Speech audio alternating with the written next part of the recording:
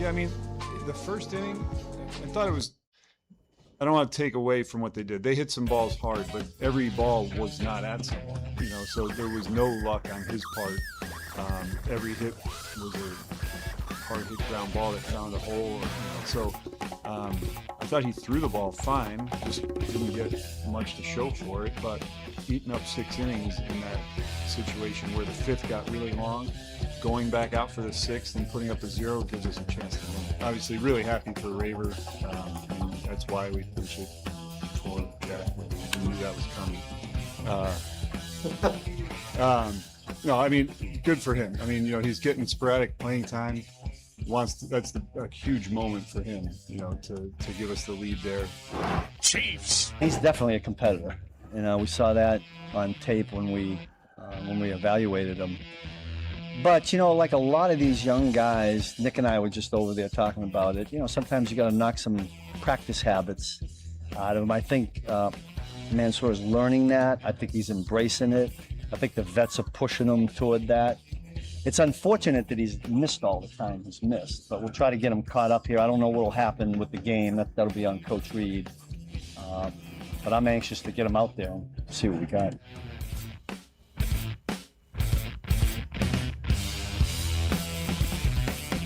Good morning, Kansas City. I'm not Stephen St. John. I'm Todd Leabo in for Stephen St. John, who I hope is asleep. Jake, you guess he's asleep? Yeah, I'm guessing he probably just went to bed. Just went to bed? I think he's been to bed since about 4. Since about 4 o'clock. We know Stephen was going to the Guns N' Roses concert last night. I told him a few weeks ago, take the day off. There's no reason to go run yourself ragged to try to... And now you totally regret saying that to him. Yeah. Sleeping. It's not Steven. No, that's Aaron Swartz. Close enough. Tahoe Swartz? Tahoe Swartz. That's young Swartz. Yeah, well. What if he snores now? That's Kevin Keats been keeping Swartz up all night. Is that what it was? Yeah. Blame him? Oh, yeah. Now I'll get my sleep and I'll snore. Final. How many finals can there be in one night? Enough to make him snore like that. Oh, it's a great one. Steven sent us a lot of pictures last night. Starting at 2 in the afternoon, where he was in line at the merch truck at 2 in the afternoon. Like, you can't just get a Guns N' Roses shirt anywhere. Yeah, there's this thing called the internet. They're all over. They have tour shirts. He loves Guns N' Roses. So we had it looks like a good long show here last night. 29 songs. Said 3 hours and 10 minutes, what he said. Welcome to the Jungle, Mr. Brownstone, Bad Obsession, Slither, which is a Velvet Revolver song. Hard School, I don't know that one. Chinese Democracy. Live and Let Die, It's So Easy. Down on the Farm, I don't know that one. That's a cover of something. Yesterday's Got Nothing on Me. Double Talkin' Jive with an extended instrumental intro, which included Metallica's Disposable Heroes. Wow. Let's Go. Then they played Estranged. That's Gotta Make Him Happy. You Could Be Mine. Nothing. Used to Love Her. Tour debut. Huh? Did he get Patience? I'm not even halfway through the show. Knocking on Heaven's Door. Thunder and Lightning. Sabbath, Bloody Sabbath. Because he sent a picture to me they had an Ozzy thing up there. So Civil War. Rocket Queen. Wichita Lineman. Let's go. They were in Kansas. Nice Boys. Think About You. Atlas. / guitar solo. No Patience. Sweet Child of Mine, November Rain, Night Train, Paradise City. No Patience. That's probably a hard one for them to do. But I Used to Love Her. That's it. That's a fun one. A tour debut. Switching it up. That's a great song, too. I'm sure people had a great time out there. I really enjoy Guns N' Roses, but I've seen them live enough times. I'm good. Steven enjoyed it. Doesn't matter if it was good or bad. Steven's going to tell you it was the best thing he ever saw in his life. Oh, yeah. Best show ever.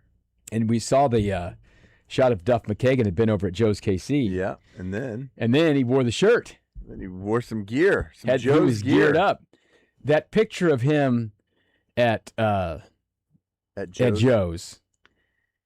He had this T-shirt on it said enfant blah blah. It's some French thing, right? So when I sit down there and I watch the Chiefs players come through the tunnel, I'll be like, sometimes I'll put the shirt into like Claude or Chat GPT and said, tell me about this shirt, because there are some brands I just don't know about. Right, but they're $500 shirts. So that brand, I remember that brand of shirt, and someone had one on at one point. So I looked that shirt up. It's a couple years old.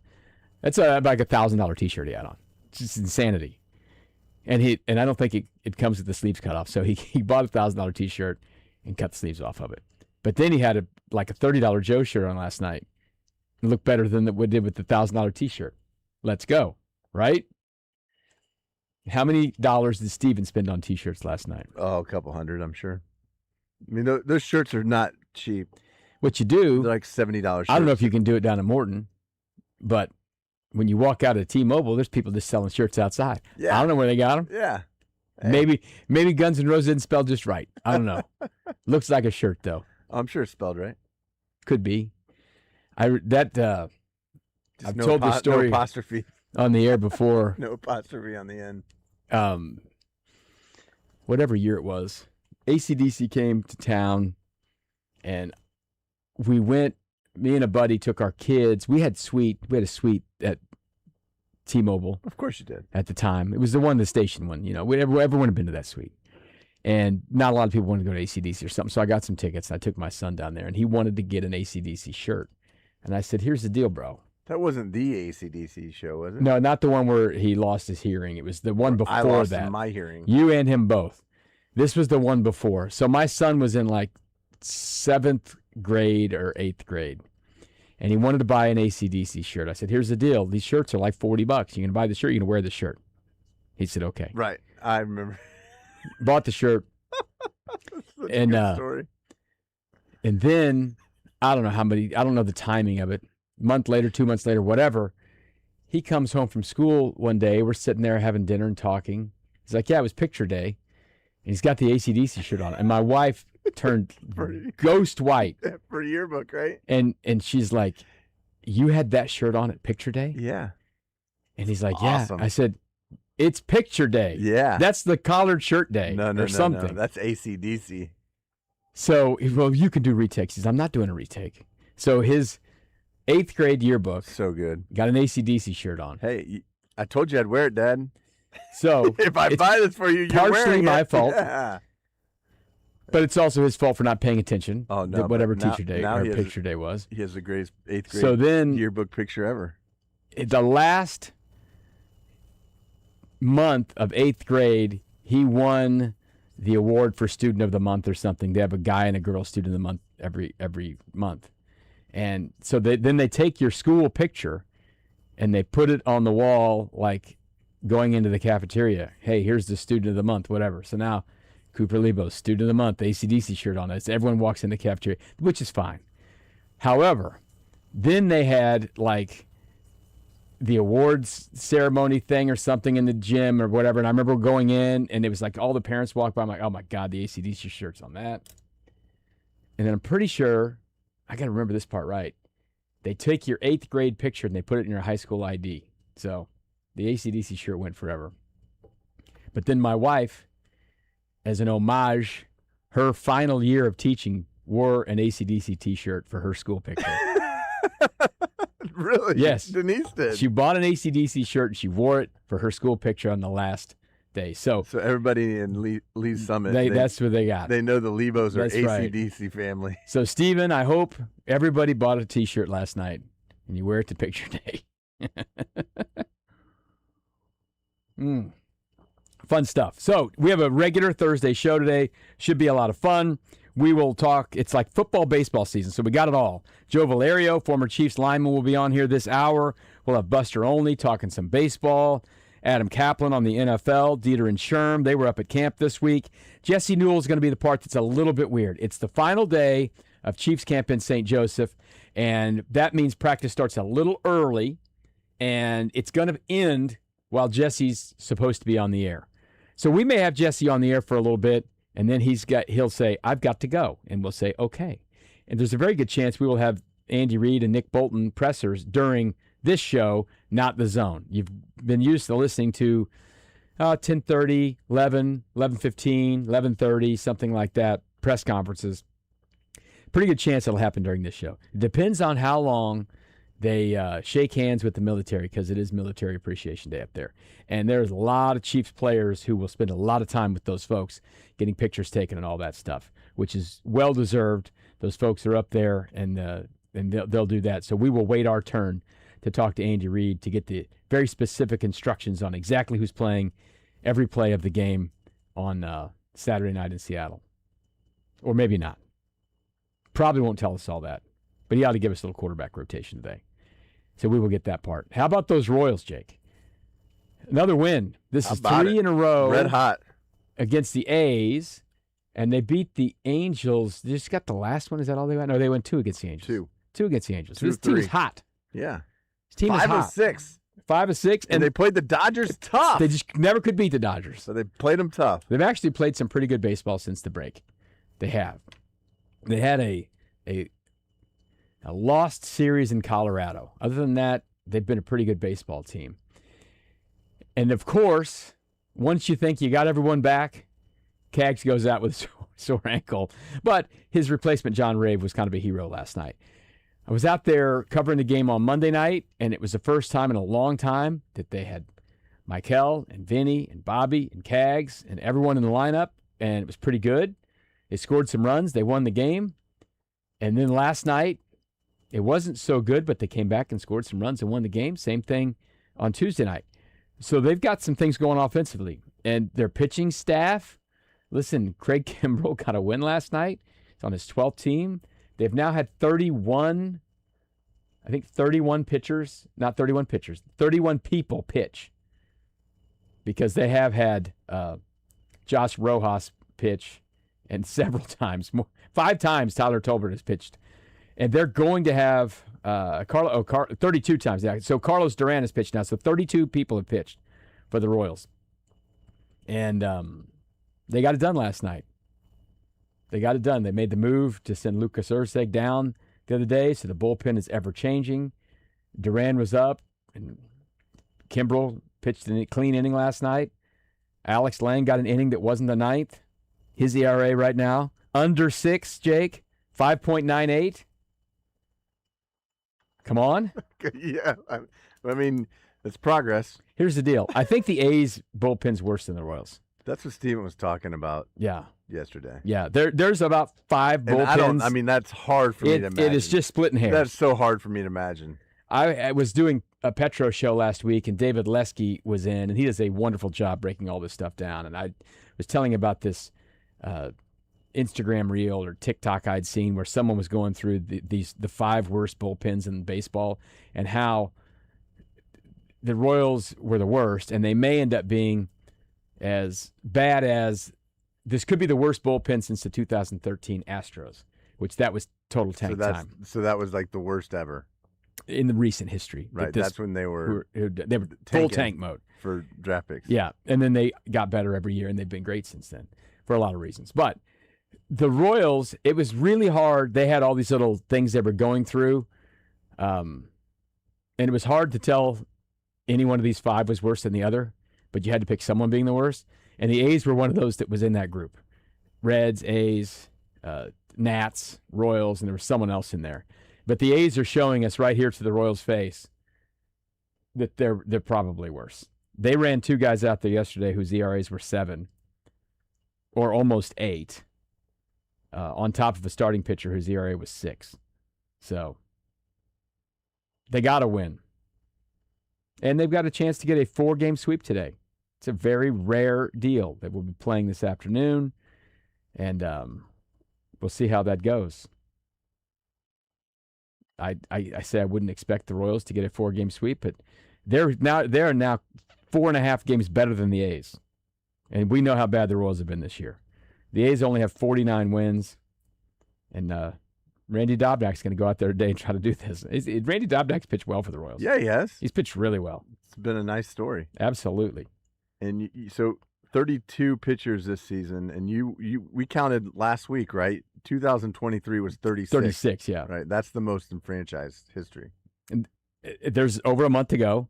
Now, I don't know if there's some people down at AAA who haven't yo-yoed up, or Some you never September know call-ups. when Craig Kimbrell is just out there laying around. No one had Craig Kimbrell on the bingo card on being a Royals pitcher. Or getting a win for the Royals this season. Yeah, so they could get there, and then then they got Noah Cameron on the hill to start the series against the Tigers this weekend. So, hey, listen, they're playing better.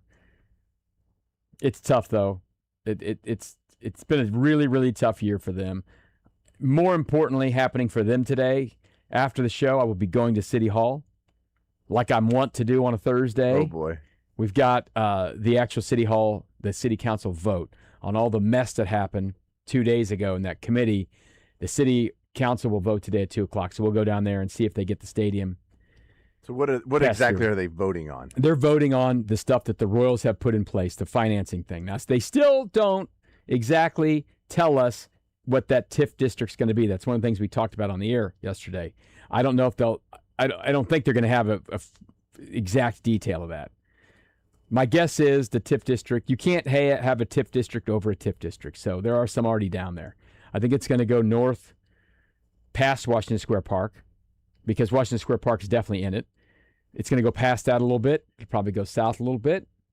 You can't really, you could go a little bit east, but you can't put a hospital in it. I don't think Children's Mercy Hospital can be in the TIF. That's it. There's some rules about that, but I think this is going to pass down there today. So that's at 2 o'clock today. That will be the win the Royals really want, is to get that and get this ball rolling and see if they can meet their very ambitious goal of playing baseball downtown in 2030, which Not going to happen. find me on the poly markets on that one. I may no buy kidding. shares of 31. I don't know. I buy them all. Yeah. We'll see. No, I Just when you think it's going well, it could get wild today. There is no public comment today, so there will be no people down there. I was texting with somebody who's in the construction business yesterday about our discussion, and they were like, there's no way. Yeah. To put it in perspective, it took 3 years to put the Sprint Center in. And Right. this is a giant Way project. bigger, yeah. Way bigger. I guess it's like they're going to have to – it's 92 feet below the existing grade, Mhm. which means they're going to have to dig out through solid rock.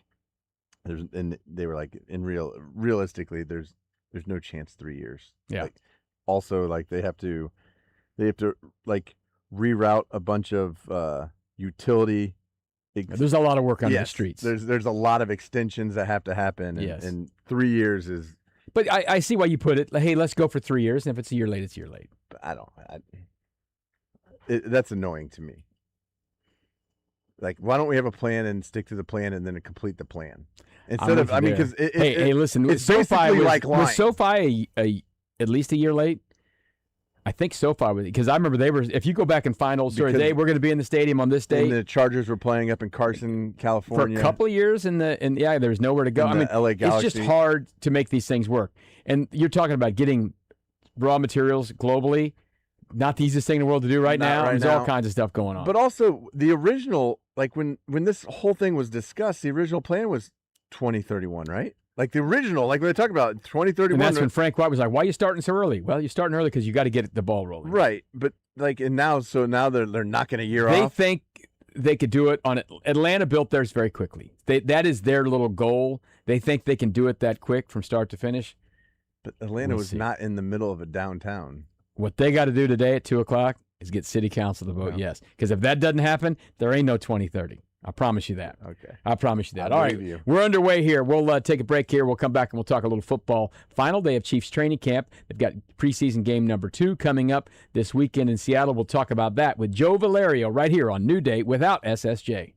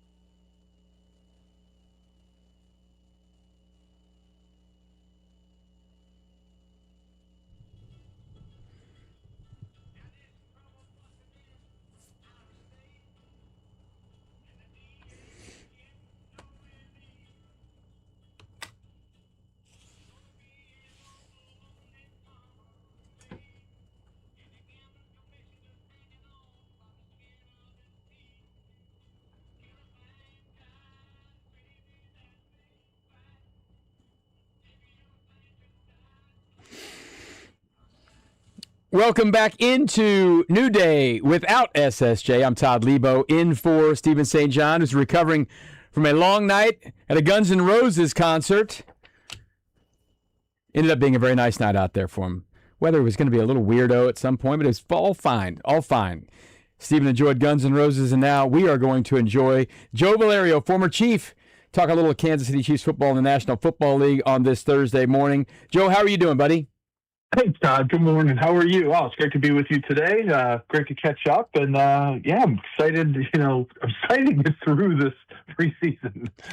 I'm just ready for some games to start because I got to be honest, these aren't really games. It has really kind of changed since when you played. And this is this really weird year for the Chiefs because they've already played the Rams, who they play in the regular season. They're going to play Seattle, who they play in the regular season. Patrick Mahomes is coming back from injury, so they're not playing him really. The Rams don't even travel, 15, 20 guys into the game. They're just kind of weird games right now. Practice is probably more important than the games maybe. Yeah, and practice is different. There's only so many they can do a day and how many they can hit in a row, with full pads. So, yeah, it's just changed a lot. It's just, look, if it's happening for everybody, it's all the same across the board. It's not like one team is still in, 1990s training camp mode and other teams are doing the 2026, collective bargaining agreement training camp. So it's the same for everybody. And I the last thing I ever want to sound like, Todd, and I know that, Steven and the gang always have a lot of former Chiefs who played during that era. I know Bill Moss joins a lot. Tim Grunhard's a regular. And, I don't want to be one of those guys. Like, I walked uphill to school both ways in the snow with no shoes. I don't want to be one of those guys because, it's every era is different, and you just got to take it for what it's worth. But it is, I do worry, and I'm concerned about the players being game ready. I think you're seeing a lot more non-contact injuries because players don't seem to be in that like real game shape when they get ready for the season, when they start going 110 miles an hour full speed at each other. So yeah, interesting camps, interesting things. Really surprised they didn't travel guys. Because Coach Schottenheimer, even when guys didn't play in a preseason game, everybody traveled, everybody dressed, everybody warmed up in your lives. So if you're the first group, you're warming up with the first team, like during the warm up, so that you at least practice getting ready for a game. Because there is something to be said for that. There is something to be, part of the reason probably why, Chris Jones played a play, right, in the game, was because, you got to get ready to get your body and mind ready to play, right? You got to eat the right way, sleep the right way, get in the hotel at the right time, and do all those things that get you ready to play. That's almost like practice, because that's part of it. So I was surprised they didn't even travel guys. I thought that was odd. Yeah, Andy Patrick was in full uniform. He knew he wasn't going to play. He was in uniform, went through all the warm-ups and all those kind of things. So they still kind of did it that way. It is funny, Joe. You and I are about the same age. So I never went through training camp. I covered you guys at training camp, and it was a much different thing with two-a-days and all that. But now, like Travis and Chris are both, they're old men, okay? They're the old heads in the locker room, and they have both mentioned they don't want to sound like old guys. But even with Andy, they have a physical training test that they have to do before they leave, mandatory mini, and they have to pass the test when they come back on, for the first day of training camp. And even that test has gotten easier. It's not as many gassers and those things. So they don't want to sound old like that either. And a lot of this stuff has been collectively bargained. Because I don't think Andy Reid is cutting things down because he wants to. They're cutting things down the other way. So I guess the big picture is all of this stuff better for players' bodies when they're your age? I don't know. It's going to take us decades to figure that part out. Yeah, we'll need to see the longitudinal study on that. I can't imagine. Just thinking about it, logistically and what players go through and physically, like it's got to be better, right? It has to. I think careers are definitely extending out a little bit longer. Maybe there might be some impact on like I said, those non-contact or even the contact injuries because you're not, kind of getting used to banging into each other and getting your body ready for that physical full contact that happens in a 16, now 17 game season. But I think about the guys that were me when I was coming in the early 90s, right? I think about, the guys the ambassadors and the Ted McKnights and, Buck Buchanan and the guys that were hanging around, the team back then, Ed Lothamer and, all those guys, and Jim Marshall. And for them, back then, training camp was go to training camp to get in shape, right?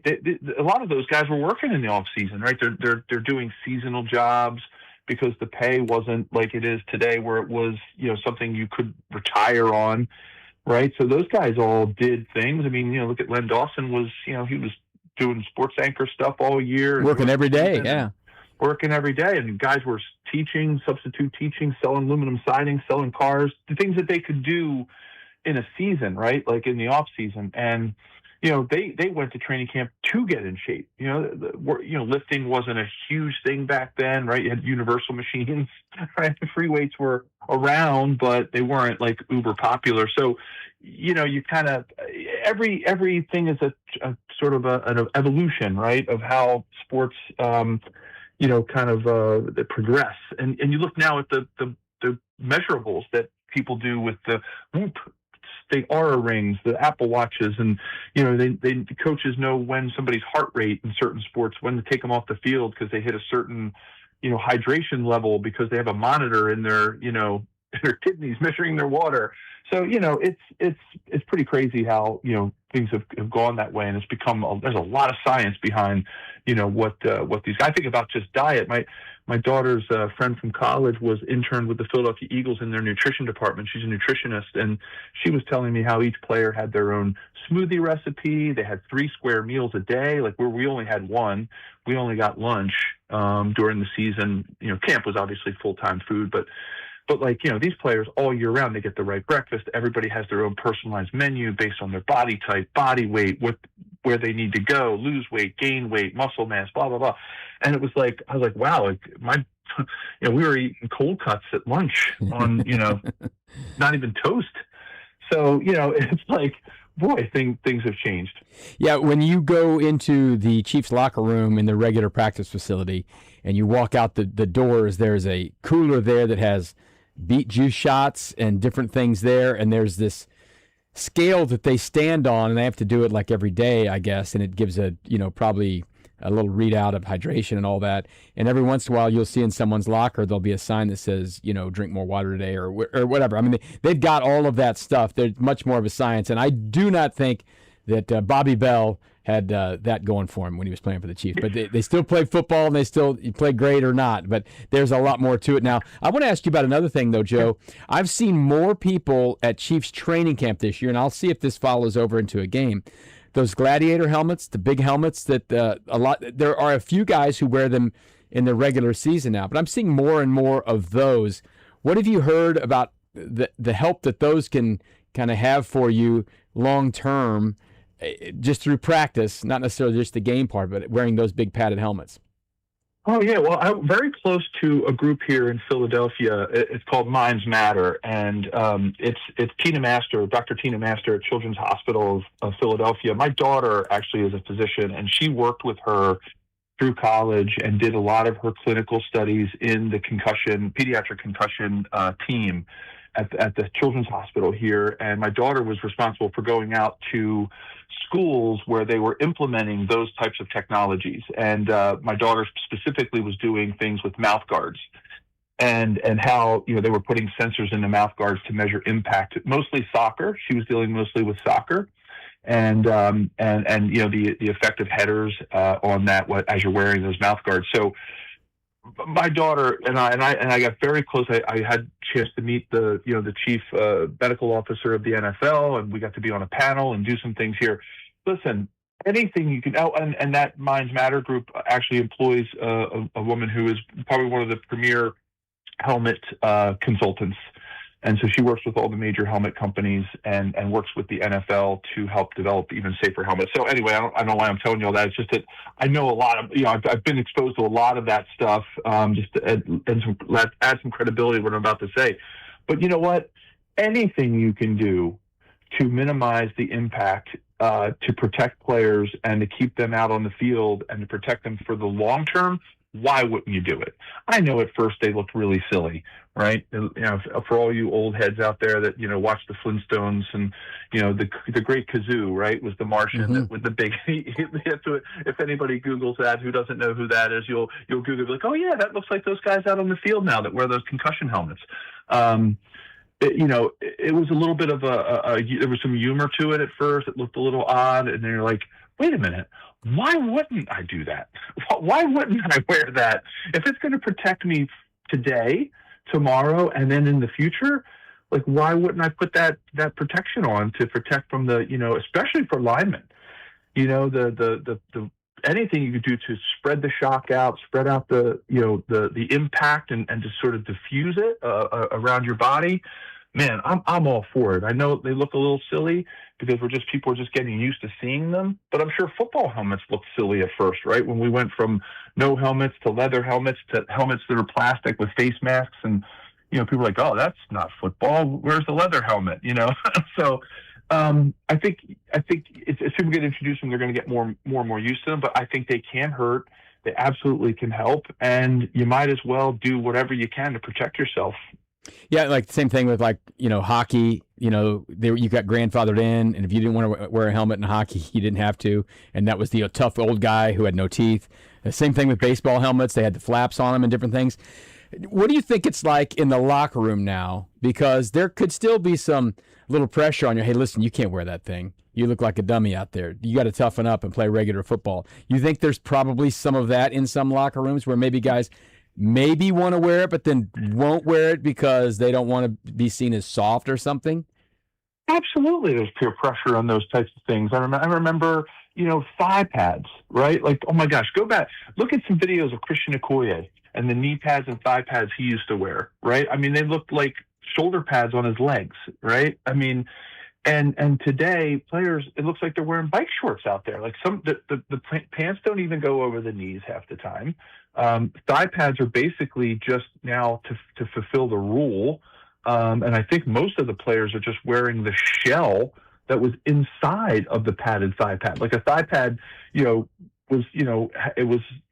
that like semicircular feel to it. And it had this thick foam pad around a plastic pad. And that would mold to your thigh. Nowadays, they're probably just all they're wearing is that plastic thing, or maybe just a little bit of padding. I mean, knee pads, they put little tiny, they look like coasters in their knees, and they go above their knee. Like, yeah. So there was probably pressure to go down that route. Like some D-back is still wearing big thigh pads. Like, oh, you look like a fool out there. Why don't you put your bike shorts on and look like the rest of us? So I'm assuming that happens today, that, players are in their quiet times are going to say, oh, look at you. I Googled the Great Kazoo from the Flintstones. You look like the Great Kazoo. So I think, yeah, the evolution of that stuff is always going to happen with players as they try to look the part, right? And not only just play the part. Joe, we're going to see the Chiefs play this Saturday out in Seattle. We mentioned who knows who's going to play. That's just going to be how it is. The offensive line played at the beginning of the game last week. Now, they've had a couple of injuries already. Josh Simmons didn't practice the other day. No real concern. Trace Smith, I'm a little concerned about because he hasn't practiced in a while. What do you need to see out of any lineman in the game action in the preseason? What kind of things are you looking for? I mean, I guess Captain Obvious statement is don't have the big mess up, right? Like don't have the big whiff, don't jump off sides, don't have a mental mistake, know your plays, right? With the way that players practice today and the amount of mental preparation that goes into it, you definitely don't want to see somebody have a mental error and go the wrong direction or take the wrong guy in a combo block or something like that. Like you want to see crisp and clean play out of these guys for the limited amount of times that they're going to be in, because that's all you got on film, right? And you want to see that. From the left tackle to the right guard, Trey Smith, I'm worried about, like, okay, why is he not practicing? Does he really need to? He has been doing box jumps, on the sideline. So, I mean, there's probably some physical things there he's able to do. They probably just don't want him, with the planting and the pressure against another 300-pound, human being, keep him off. But I'm not, from a play perspective, like a chemistry perspective, from the left guard tackle to the right guard, Josh Kingsley coming together, have a year together under their belts. Creed and Trey, absolutely future Chiefs Hall of Famers, if not NFL Hall of Famers. So not worried about the play of those four. The big thing to watch is that right tackle battle, right? Is Khalil Benson going to be the guy that is there to back up Trey Smith or start in place of him if he can't go? Or is he going to end up winning that right tackle spot that everybody was all pumped up about at the beginning of camp? That front six, if you want to call them, not a concern. Like, I know Mike Caliendo has some time under his belt. I think the rest of the depth is probably pretty untested, and I think that's what concerns me the most about the offensive line is if you have not just one but two or even three injuries, just don't want to get in that situation like we have been in when we've had our playoff debacles where players are out of position, they haven't played a lot, they haven't gotten a lot of reps, or they're not battle tested. Other than, Mike Caliendo and now sort of Khalil Benson. He's sort of battle tested. He's got a couple of plays under his belt as an NFL player, not a whole lot.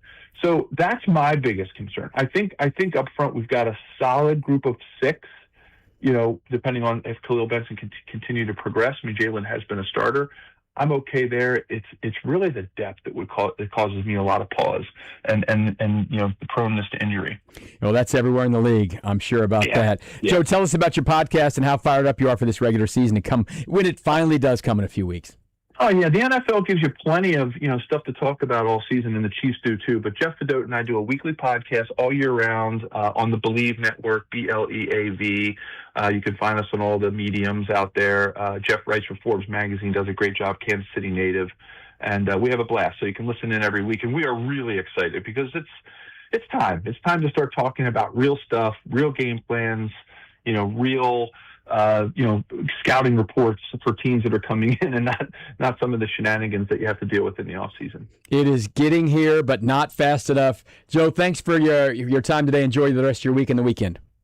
Thanks, Todd. Have a great one, man. Take care, bud. All right, that is Joe Valerio, former Chiefs lineman, has a great podcast there, and he's a fun guy to talk to about a lot of different things. And he's an old guy, kind of an old guy like me. Not quite old like Billy Bob, and not young like Travis and Chris. But he's an old guy, and he's got a lot of perspective on that. Good stuff. We will continue here on New Day with SSJ. Shift gears after the top of the hour. Talk a little baseball with Buster Olney.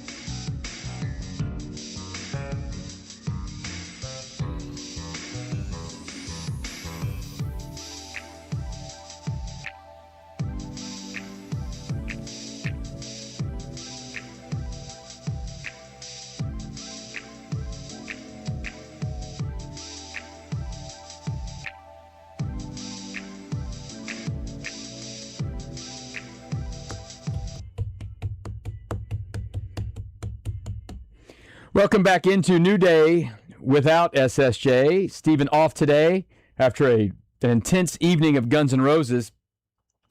We'll talk about this maybe a little bit later.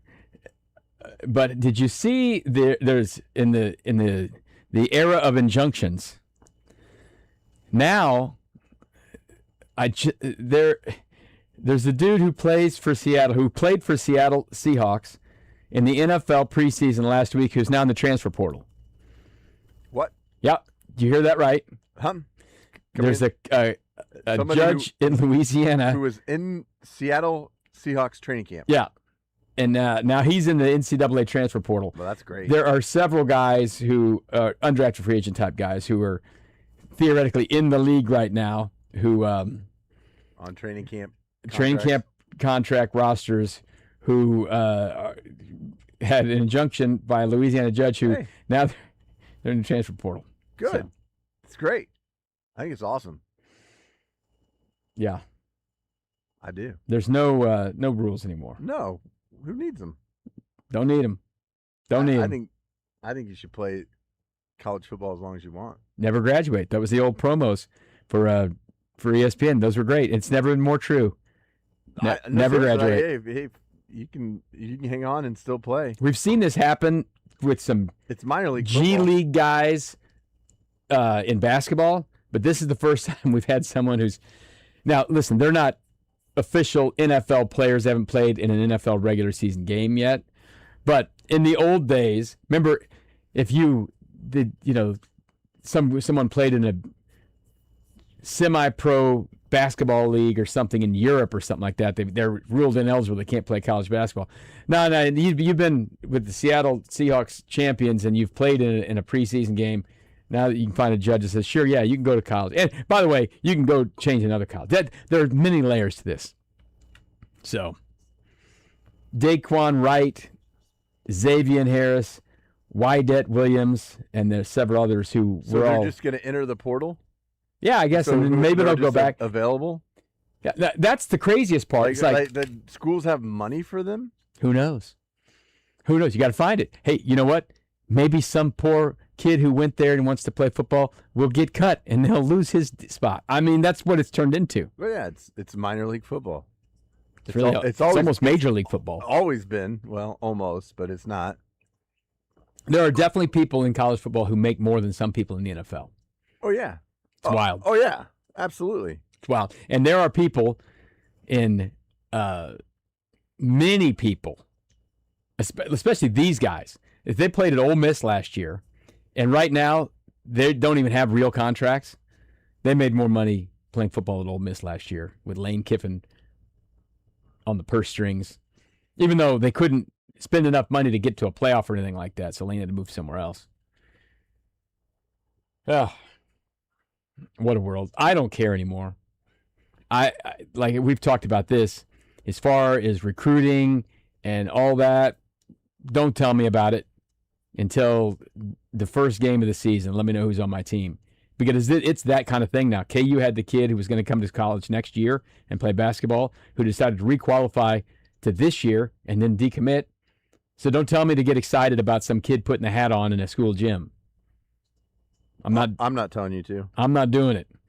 And matter of fact, don't tell me to be sad that Daquan fill in the blank helped me get to the playoff last year, and now he's trying to make it in the league because he may be back. Yeah, Javon Bardwell is the KU basketball player that Bardwell, yeah, decommitted.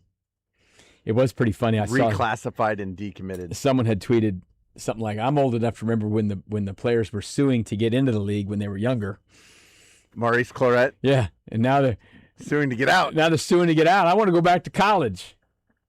We were talking about that. Cyrus Allen, Cyrus Allen's played at 3 schools. He's 23 years old. That's maybe part of the reason why he wasn't as high a draft pick, because the Chiefs and a lot of teams like to draft these guys who are 20, 21 years old. They feel like they can mold them more, and they've got more room to grow, and, they got more football left for them. If there's a guy who's 23 years old, he's played for 3 schools, ready to go. Ready to go. Anyway, wild. So we'll watch that. Watch the injunctions.